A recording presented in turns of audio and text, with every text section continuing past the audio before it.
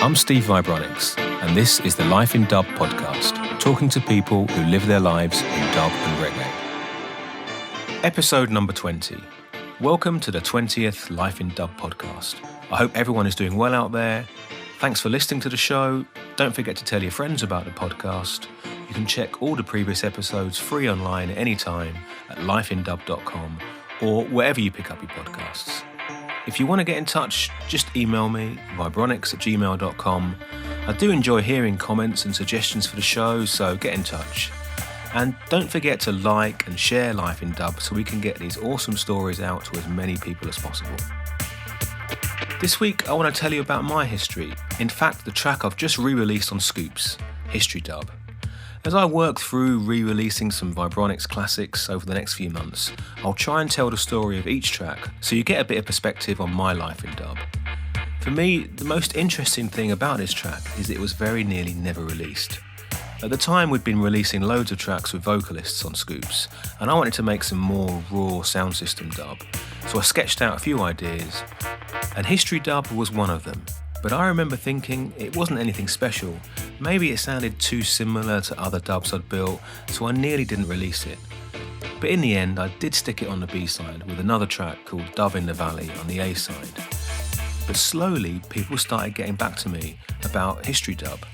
Iration Steppers were playing it a lot, and the records all sold out quickly. But then slowly, more people started to ask me about it. A few years later, Young Warrior told me it had become a real anthem on his sound, and the YouTube hits on a video that someone had uploaded of the track started to get more and more hits. But this all took years. It was a real slow builder. Slowly I fell in love with it too and started to play it pretty much every session I played at. And I could see people knew the tune and really loved it. So when it became time to dig into the archive for this Gold Disc Classics reissue series I'm doing, History Dub was on top of the list, which looking back is amazing considering I very nearly never released it. And usually I'm pretty good at choosing which tracks to release and get a sense of which tracks I should put out, but with History Dub, I really didn't have a clue. It's out now on a limited edition 7-inch with a previously unreleased dubplate mix on the B-side. You can get it at Bandcamp, and I'll include the link in the show notes. It's also on all the digital platforms, Spotify and everything. This week, my guest is Sandra Cross. That's right, a woman on the show. It only took me 20 shows to finally get a female guest. Sandra is the voice of lovers rock, but she's also a lover of roots reggae, hence the tracks that we released together last year. In the interview, we learn about her early days growing up in Brixton in a big church-focused family, and about how she rebelled and immersed herself in the vibrant London sound system scene of the 70s and 80s. Sandra offers some real insight into what it was like to be a #1 hit-making artist back in the day, and about how she continues to write and record today.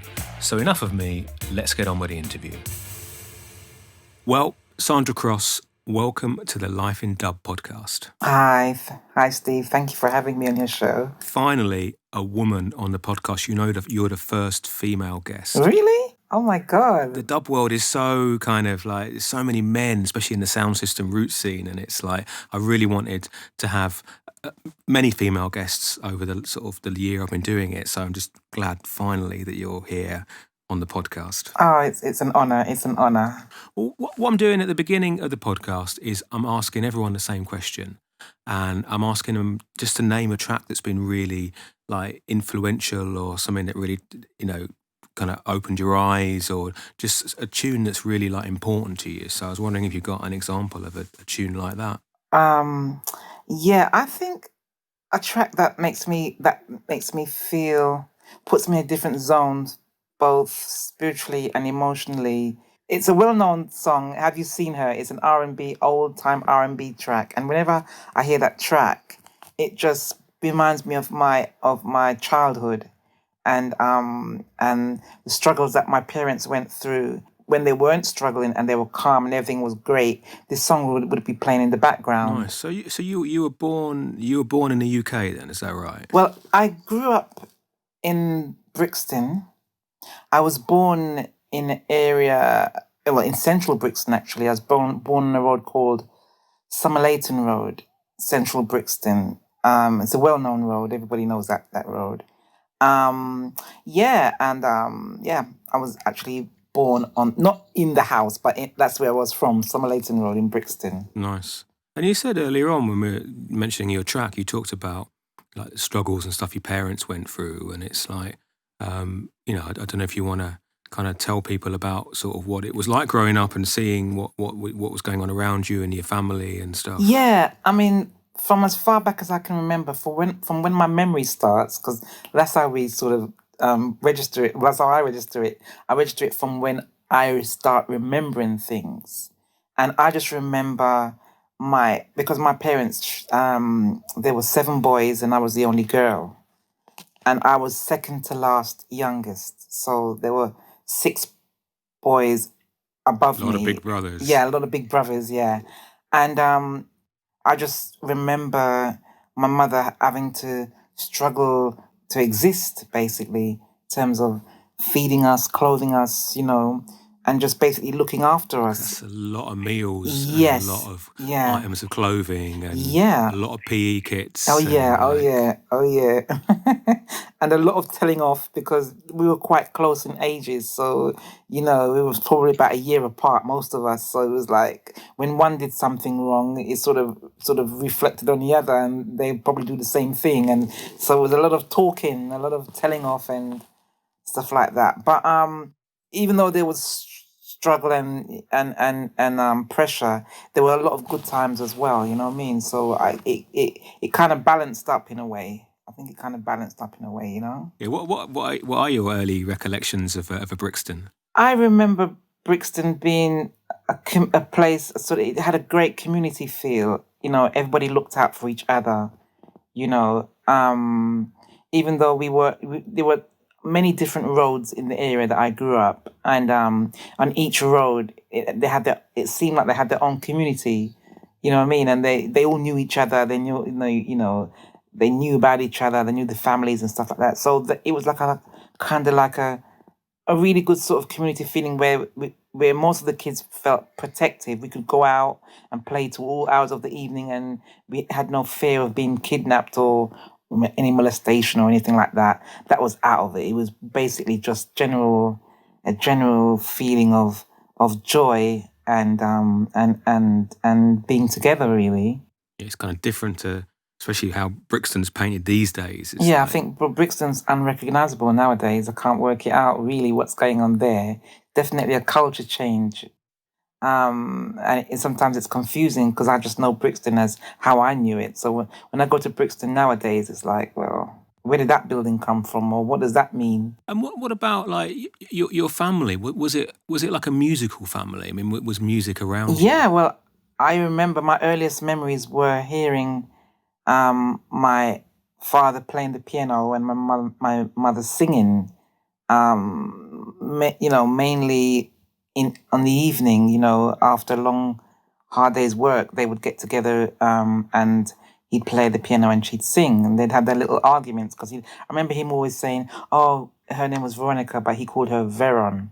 And I remember him always saying, "Veron, you're singing too flat. You're singing too squeaky. You're singing too high. Come down." And she'd say, "No, I'm not. You're not hearing properly. I'm singing the right key." And I remember those kind of tiffs they used to have around the piano, And I would just sit and watch them, And I remember her trying her best to stay in key. And I also remember that there were times when she did kind of sing out of key, thinking back now, because my mum's voice was she had a kind of fine, sort of like a shrill. Her voice was kind of high and fine, and it was easy to go off key.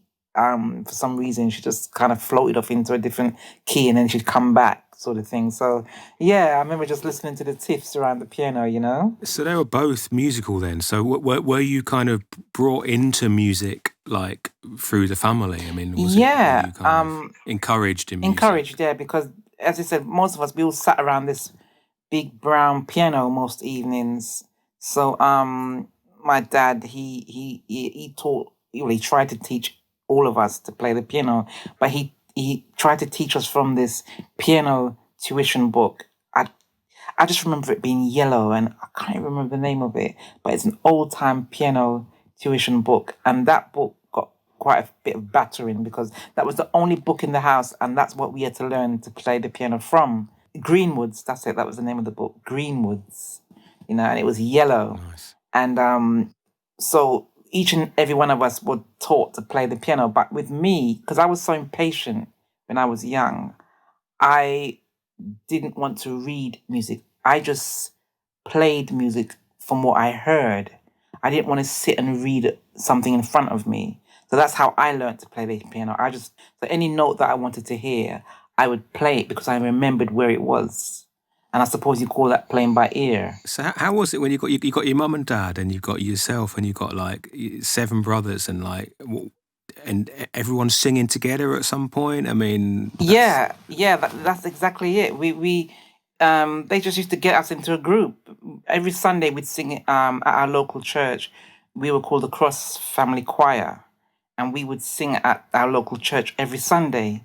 So during the week we had to rehearse for that performance, and it was all of us. So this is when you were a Yeah, I child. was probably around, I don't know, 4, 5 kind of thing. And picking up what harmonies and stuff like Yeah, that. my father used to assign harmonies to each of us, and I remember I was the one that used to hold the harmonies. I could remember my harmonies quite, I was very good at remembering my harmonies, whereas a couple of my other brothers, they struggled to find, they struggled to remember. So there was a lot of times when we had to stop and start, stop and start, stop and start because they couldn't remember their harmonies. But I just remember remembering my harmonies all the time, Well, I think, in reggae music, like the influence of the church and like singing in the church is such a strong thing. The Caribbean church back in the day, they were always, known to be of a melodic nature. You remember them if you're walking past a church in the Caribbean, or even back in the day in the UK, you'd hear it's the singing that would catch your attention. It's the melodies of the singing, how they were, how they were put together by harmonies. That's what a lot of people would remember from a Caribbean church, And what about music outside the church? I mean, when did you start hearing? I mean, I guess in these days, like reggae music was such a big thing, and when did you start hearing like reggae music? The first music I heard actually was reggae in the house. And because my parents, they used to go to church in Jamaica. And when they came to the UK, they kind of took a break. So during that break, they were playing a lot of reggae, like a lot of the old stuff. So that's when I heard reggae, sort of like Young Gifted and Black Master Griffiths and Bob Andy kind of thing, Johnny Nash, that's what was being played in the house. And then, but that was just for a short time, because after that, then they went back to church, And did anyone sort of notice that you had a particular talent when you were young? That you were maybe like, because you're in this musical family singing in the church and parents are musical, but did people notice it's like, all right, yeah, Sandra, she can sing? Yeah, I think, as I said, I think it was my talent of remembering harmonies and remembering parts of songs, So I was able to hold a note. And I was told that my tuning was very good. My hearing and my tuning was very good, And so as far as the church was concerned, that meant that I could sing, Once I could hold a note and hear a note, then that means that I could sing, basically. And as you got a bit older, then when did you start to sort of do stuff outside the church and start to sing? Because obviously people know you now as like a successful artist with, dozens of albums and recordings and whatever. But when did you start to do stuff maybe outside of church, kind of, out in the outside world? Yeah, that would have been way down the line when I started going to secondary school. Primary school, no. So that would have been secondary school when, when you start to mix, you start to have different types of friends and different social circles. And it, You kind of start to yeah, grow you up. grow up. Yeah. And so when I started to grow up, that's when I started to hear reggae music of that time, which was around the early 70s. Like I remember the Delroy Wilsons and the Junior Mervins and all that. And that's what I started hearing. and even right up to Louisa Marks. I first heard a Louisa Marks track when I was about maybe 10, 11. And and I found it quite fascinating, you know. Leading up from then, continuing into secondary school, going up to probably the year group of around the third year group. That's when I started to become a bit more militant and sort of like more of a rebel when it came to reggae music and the church, because my parents tried to still keep me in the church, but by then I was already sort of transforming myself into someone that loved not just reggae but just music on a whole. But reggae seemed to be the easiest thing to get to because that was, you walk down Brixton Road and every other corner was a record shop and they were pumping out reggae music. The fact that I realized that I could play the music, I could mimic music by just listening to it and memorizing it. That's when the songwriting came in. So every song that I wrote it in a reggae style because that's what I was hearing. And you were writing stuff from really early then, from when you were young? I think that I started writing from around the age of 13. 13, yeah, 13, 14, yeah. And so when did it start, like, get singing reggae and getting into reggae, and whether that's recording or playing in a band or singing with a sound or whatever? When did you start to kind of get involved in things? Well, around that same age, around that time, around 13, 14, I used to be fascinated by sound systems. I knew about them, but I never really I never used to, I mean, living in Brixton, you're trying to go and sleep at night and you're hearing every night there seemed to be a blues dance and you can hear it from miles off. You know what I mean? You can hear the music and the systems pumping out. So basically, I used to lay awake at night and listen to the music, in the distance and hearing them play every night. And then you'd sort of get to know the music, the kind of music they'd play. And then because the friends that I had at the time, they were kind of, they didn't listen to good advice. That's a good way of putting it. They were kind of like sneaky teenage rebels. Yeah, rebels. That's the way. Yeah, right. That's the right way to describe it. Yeah. So we all planned. It was a big plan. Most times we would just plan to just sneak out at nights and try to get into one of the blues. Most times it was noticeable that we weren't supposed to be there. Sometimes the guys would just say, "Yeah, right." Most times they said, "Go back home to your mum or whatever. Go home to your, But there were times when we were able to actually stay there, and that's how I experienced the sound system vibe, because I just used to stand up and listen to how they played back in the time. You know what I mean? And then And how was it? I mean, it's the same thing I've asked a lot of people. Is because I got a fascination in all that, because it's like a thing that doesn't exist anymore. But what was it like going to like a blues dance in Brixton when you were a kid back then? Well, the most important thing was we had to learn how to hide. Well, you couldn't see anything in area because it was pitch black, but there was a certain way you got in and a certain way you sort of stayed in the background. I know it sounds really weird, but and as girls, well, it was myself and another girl and two other boys. So, but back in that day, we weren't exactly small. We were kind of tall for our ages anyway. So that's how we got away. How we got away with it. So when we did get into whatever the blues dance was, it was usually some old shack downstairs, some old basement, or somewhere like that. The fascinating thing about what we saw and heard was just the way they conducted the music for the night. Basically, we didn't know anything about competition until later on down afterwards. But at that time, we didn't know about the competition, that there was actually a competition between the sound systems. We just thought, one sound's playing in one room, one sound's playing in the next room, and they're just happily, playing together, but in unity. But it wasn't that. It was a competition. It was a competition who played the best dub and who got the latest track from Jamaica and that sort of thing, And that was all going off at the blues dances. Yeah, the blues. Yeah. Right, besides the smoke and all that. I don't know how we inhaled that and still was was able to get home. But yeah, it was just a vibe, innit? The vibe, everything worked together, everything came together. The vibe of the night, basically, of a blues And dance. would you say that like you were hooked after that then? Yeah, I was hooked.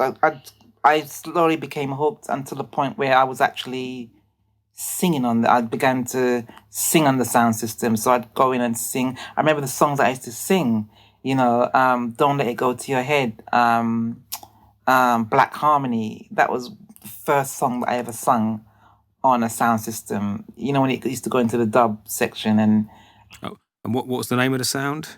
it was what was it? It was Better put you on the spot now. Yeah, it was. I'm gonna tell you in a minute. That sound system. It was Sir Tom. That's it, Sir Tom. And this is a Brixton sound system. Brixton, yeah, ghetto Brixton sound system, yeah. And that was the first song I sung, Black Harmony, Don't Let It Go to Your Head. And then I started singing Brown Sugar, I'm So Proud, and reggae music, that one, our reggae music. Those were the theme songs. Those were my sound system theme songs, and everybody got used to me singing it. So every week, people would come and listen to me sing those songs in the dance. You know what I mean? So you got like encouragement. People were like, "Yeah, Sandra's wicked. Yeah. Give the mic to her." Yeah, give the mic to her. Yeah, that always had my time. And and then it just slowly started to branch out. I used to actually travel with them. They used to go to different venues and play and what was it like moving with a sound to another part of London to go and play another sound? I mean, what was that like? Yeah, it was messy. That's a good way of describing it. I knew that going into the back of the van and traveling with the boxes wobbling all over your head was the way to go. That was it. That's how you got to the next venue. So, you just have to be lucky that nothing in the back of the truck with the sound everywhere. Yeah, you just have to be hopefully that nothing dropped on your head. Basically, a couple of boxes dropped off many few times, but I was lucky not to be getting caught. But that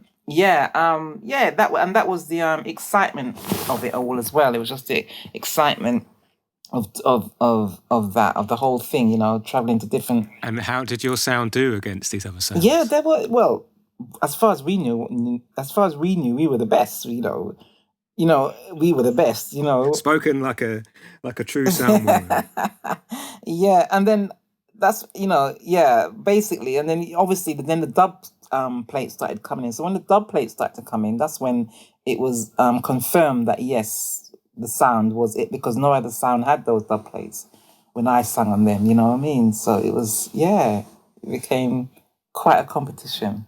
And as the first female guest on the podcast, I mean, what was it like being a woman in the sound system scene then? I mean, did you have any sort of perspective on it, or any kind of thoughts about it? No, I just knew that I wanted to sing.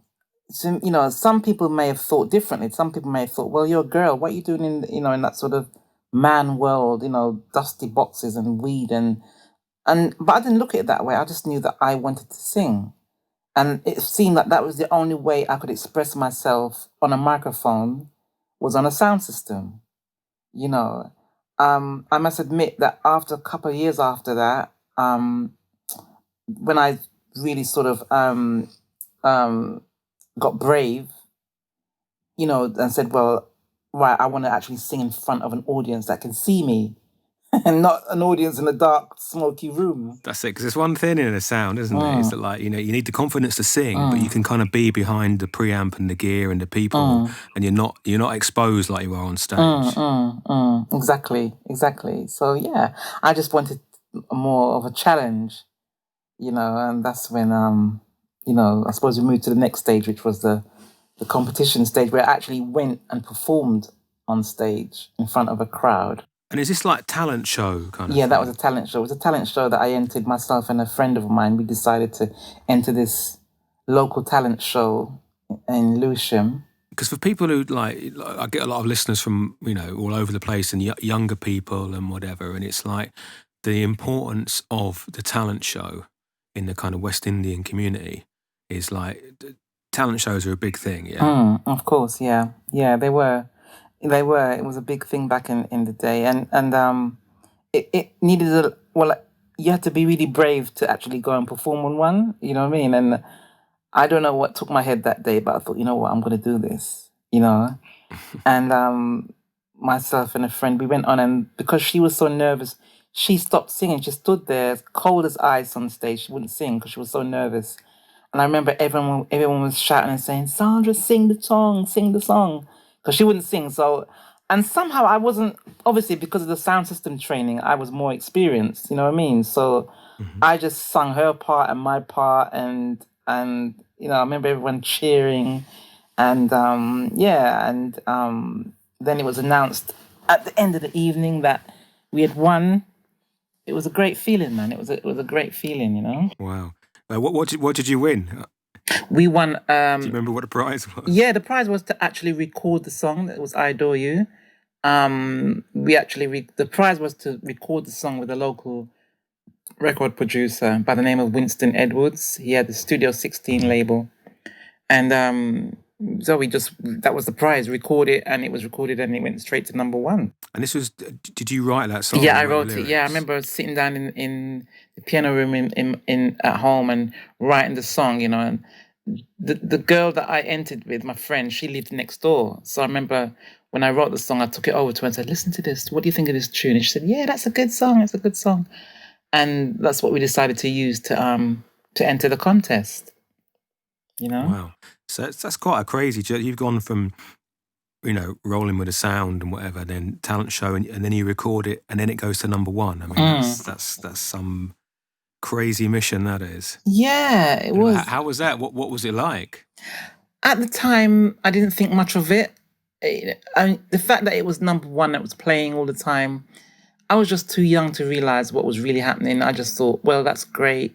Let's do the next song. You know what I mean? I didn't understand about the business side of it, and I didn't understand that you're supposed to get money for it, you know, that sort of thing. So that was the sad thing about that. And were you hearing the song like on the radio and in shops and stuff? And would you hear it around when you were like going about your business? Yeah, just playing everywhere, in the cars, in the stores, in parties and everything, you know what I mean? But I just still didn't understand how important that was as a career. I just didn't understand it. I just didn't, you know. And was that the first time you'd been in the studio as well? Yes, that was the first time, yeah. The first time in the studio, yeah. What was that like? Well, it was myself and the same girl, and same friend, I should say, not girl. She was so nervous, she couldn't even do the harmonies. So I found myself having to do everything. I was, you know, doing all the harmonies and doing all the songs, and then even though we still said, "Oh yeah, she sung it," but you know, obviously I had to be doing all the work that she couldn't do. You know what I mean? So yeah, but we recorded it. It was a great experience. I remember it like it was yesterday. Well, you know, it was a great experience. We'll talk about it soon, but you know, we worked a lot together in the studio, and it's like it seems to be somewhere you seem quite comfortable. I feel blessed that I have that talent to do, because as I said, not a lot of singers can do that. Mm-hmm. And I've realized that over the years, as I got maturer, I realized there's a lot of things that I could do that a lot of people can't do, you know. So yeah, in the studio, yeah, it was did you start getting called to like perform? Because you got a number one hit, people are playing your tune, and you're in demand then, I guess. Yeah, the demand back at that time was just singing at local clubs. Like there was a club called Bouncing Ball in Peckham, and I remember us singing. But because of our age, it was hard to just be singing everywhere, obviously, because our parents were behind us and, you know, wouldn't allow us to go at certain places. So I just remember performing that song once at a venue, and that would have been the Bouncing Ball. I can't remember performing it anywhere else, or any of the other songs that I did. I can't remember. You know, like now, as the years went on, PAs began to be the in thing where you perform and all that.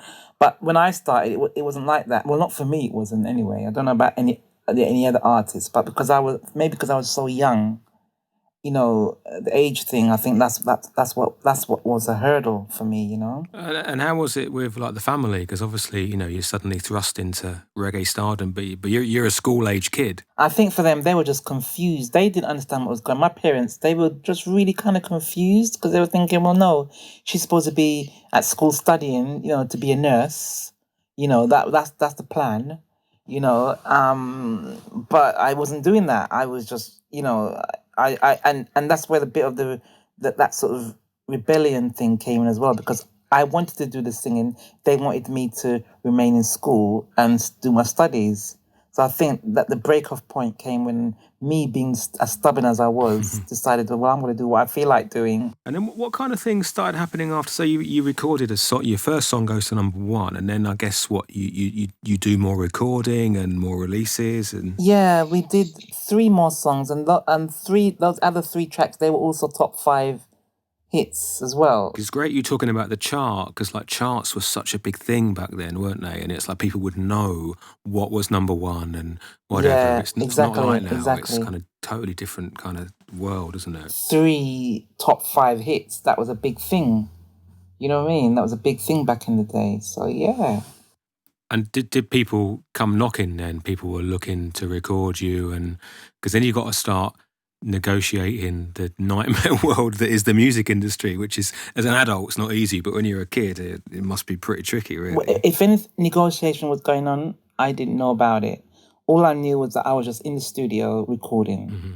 You know what I mean? I didn't know anything about it. And as I said, I just ignored the business side and I just basked in the glory of success on the outside, but not knowing what was going on behind it all, behind the scenes, And do you reckon that being a woman, like in it, back in those days as well, even now, but especially back in those days, it's that kind of men controlling the music industry and kind of, she doesn't need to know about that. I mean, was that kind of stuff going on, do you think? Yeah, I think it was more that, yeah. There's definitely that. That's like, when I look back, it was definitely that, and the fact that we were young as well, I think that's where we were taken advantage of, because we were just school kids. And had the kind of lovers rock scene really established itself by then, or because is that something that came a bit later? The lovers rock scene sort of came in right at that moment. After I Adore You and Just Don't Care and Can't Let You Go, Put It On. After that, the lovers rock was there, sort of hanging on. And then from what I remember, suddenly it just stopped. It just dipped. And what I was told, I had this discussion with somebody the other day actually, and they explained it to me, that what happened when it just ceased, when the lovers rock, UK lovers rock scene ceased, it was because the soul thing came in, the soul genre came in, the UK soul genre. That's when everybody started calling each other soul heads. I remember that everyone was saying, yeah, I'm a soul head now. So they kind of rejected the reggae, the reggae that was going on at the time. So I was told that the roots people then held their corner and the soul heads held their corner, but there was no in between. There was nothing else in between. Because Lovers Rock's such a unique thing, isn't it? It's like a British movement, and it's like it was such a big thing for a while, but you'd kind of never know it now.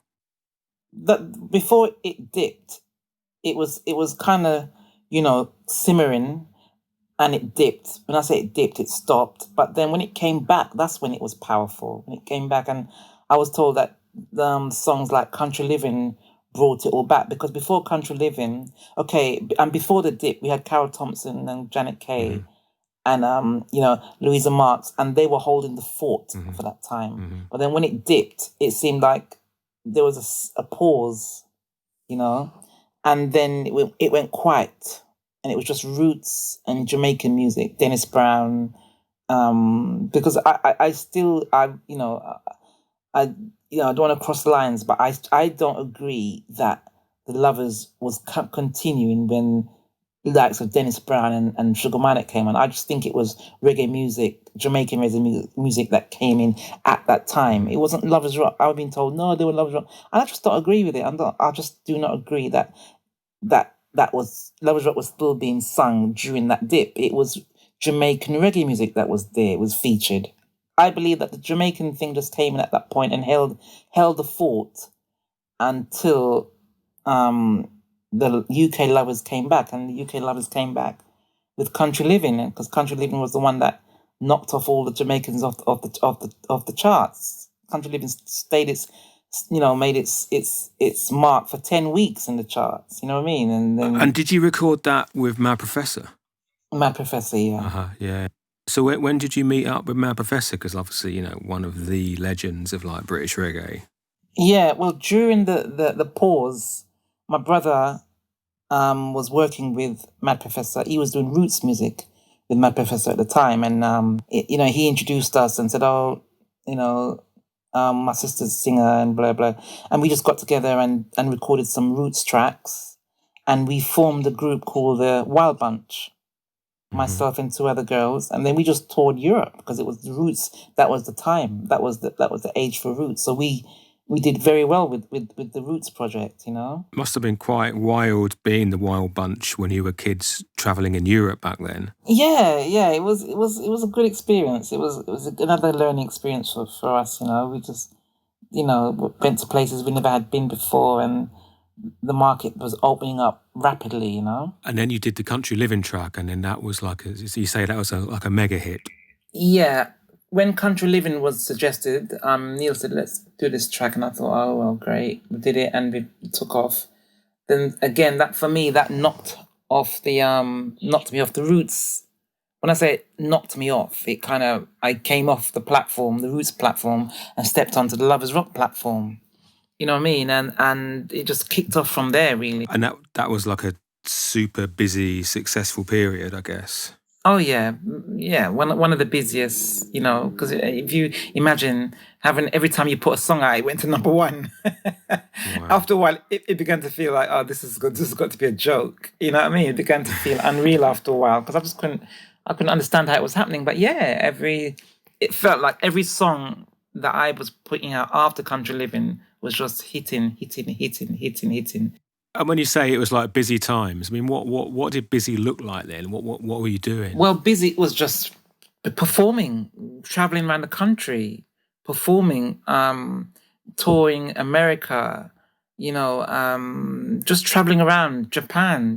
We were called to do tours in Japan like every year. You know what I mean? So it was just busy. The Lovers Rock sort of genre is quite interesting, like I said before, because it's a kind of uniquely like British thing, really, isn't it? Yeah, I would say so. Some may not agree, you know what I mean? But I would say that, yeah, Lovers Rock was a UK thing, and I'll always stand by my ground, you know what I mean? Lovers Rock for me was a UK thing, And what was the whole, because again, it's something that like people will be interested to hear about is that, like, because we're talking the 80s now, aren't we? And it's like the reggae scene in the 80s was a big scene, and I wondered, like, what the reggae scene was like for you back then, and especially as compared to now. It was just the scene to be in at the time. It was, we performed wonders with UK Lovers Rock at the time. You didn't even have to have a good voice. It was the productions that were kicking it. A couple of us had good voices. The others, it didn't matter so long as the production was great. And it was a great era. It was a great time for UK Lovers Rock. Yeah, we were being played on radio stations, on legal stations, a couple of legal stations, you know what I mean? And we were getting a lot of support from the community. You know what I mean? It was a great time for UK Lovers Rock. And played on sound systems a lot as well. Well, so I've been told. Played in a party, played in the dance hall. I'm not sure about the dance hall, but played in an event. Well, I never used to go and rave really. Too busy working. Yeah, too busy working. Yeah, so I don't know, but I've been told. Yeah, we heard your song in this gig and whatever. You know what I mean? So yeah. And to anyone like interested in like checking out this kind of period, I mean, are there any songs, especially your ones, you'd think, yeah, check out that one, and was there anything you're particularly proud of from that time? Because you recorded a lot of songs. That's what I was going to say. I've recorded so many songs, and they were all good songs. So to pick out one or two would be difficult. It would be very difficult, very difficult. I did quite a few quality albums with Ariwa, Mad Professor, really good few albums, great albums. Some of them were heard, some wasn't. But yeah, it would be very hard to actually pick out, because they were all good stuff, all good stuff. It's funny, like you talk about being a sound system girl when you were young, and then obviously when we met and started doing some work together, then that was the kind of first track that that we worked on, and it's like it just I think a lot of people probably didn't realise that you'd had that kind of schooling when you were young. You know what I mean? Yeah, I think it all came back when as we started working together. I started remembering how it was, and it was extraordinary because there were a lot of things that I'd forgotten about. And then when I started working on a Vibe again, it just brought it all back, Yeah, I mean, it's great to kind of like what got me was like working with all those like harmonies and stuff as well. It's like that kind of, I'd call it like classic like reggae style harmonies, which obviously originate in the church and whatever, all these different influences or whatever. But it's like being able to kind of nail all these harmonies was like an amazing thing to witness in the studio, definitely. Yeah, I thought the idea was great about the fusion of harmonies and dub music, because usually on a dub track you don't really hear those sort of complicated harmonies. So I thought the fusion was a great one. Was a great fusion and blended well with what was happening with the music, What kind of things are you working on at the moment? I know you've had like a few tracks here and there and some Afrobeat stuff, and like you still seem to be busy recording things. Yeah, I mean, during this lockdown climate, I've been busier than I've ever been for a good while. Funny enough, the single "Free" that came. I mean, because I'm just conducting a choir called the Sandra Cross Choir, and my brother and myself, we were working on an album, a gospel album, and "Free" just came up like an idea. We thought we'd give the album a different feel, different mix, so we decided to have an Afrobeat mix. But we also decided to fuse Afrobeat with that sort of lovers rock vibe, and that's how "Free" came about. And "Free" just I mean, just a couple of days ago, I've just been told it's number one in Stevie J's charts, Stevie J Man's charts. And it reminded me of back in the day when I had all those number ones, you know what I mean? And it was just that feeling just came back. "Free" is a great song. It was a great idea, and everybody just loves it. Got massive response from that song all over the world. That kind of response I haven't had since Country Living days, so Wow. it just brought back a lot of memories, Yeah, obviously like touched the nerve somewhere. Yeah, definitely. Yeah, touched the nerve. That's a great way of describing it. I always say, in the industry, when an artist records many songs, it's like throwing mud onto the wall and seeing it slide down. But one day, one clump of mud will stick. One clump of mud, it will stick. That's the industry for us artists. That's the only way to describe it. So when it sticks, it's a good feeling, Well, so we've been talking a while now. So what I do at the end of the each interview is I ask each guest like what they'd want written in. I call it the Book of Dub. So I'm writing everyone's name in it. So I write down Sandra Cross, and I was wondering what you'd kind of want associated with your name if I'm kind of writing it in this book. Have you got any ideas for that? Something like, I like this statement that says, "No force equal to a woman. There's no force equal to a woman who's determined." Nice. So I like that one. So I always go by that one. I'd like to see that written across my forehead. Well, I say it's like the first female guest on the podcast. That's a great sentiment, definitely. And would you say anything sort of encouraging to women who want to get involved in reggae? Because it is, there's a lot of men in the reggae world, and especially the roots and dub world. Well, I see it from all different aspects.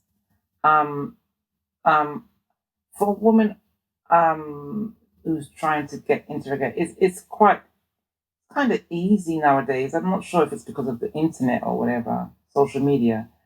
But there's a lot of more openings than it was back in the day. You just have to be patient and wait for the clump of mud to stick. That could take years, that could take a day. But I think it's about patience and the willingness to continue no matter what.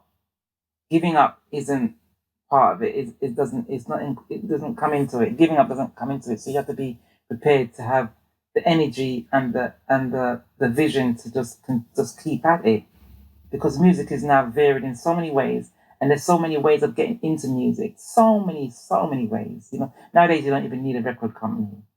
You get what I'm saying? So it's just how much you believe in yourself. It's all about believing in yourself, because the believing is the engine.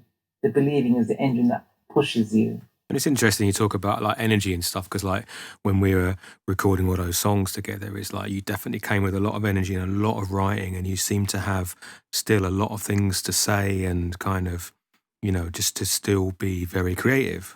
Yeah, I think it's just, it is definitely still quite strong. It's definitely still there, and it comes out in different forms and sizes. But it does come out. That's the fascinating thing about what I'm realizing about myself and my talent and my career. You know, I listen to music differently. I don't listen it to the conventional way. I listen to music and write to music totally different, almost the opposite to what you'd expect to hear. You know, and I think that's the beauty of my talent.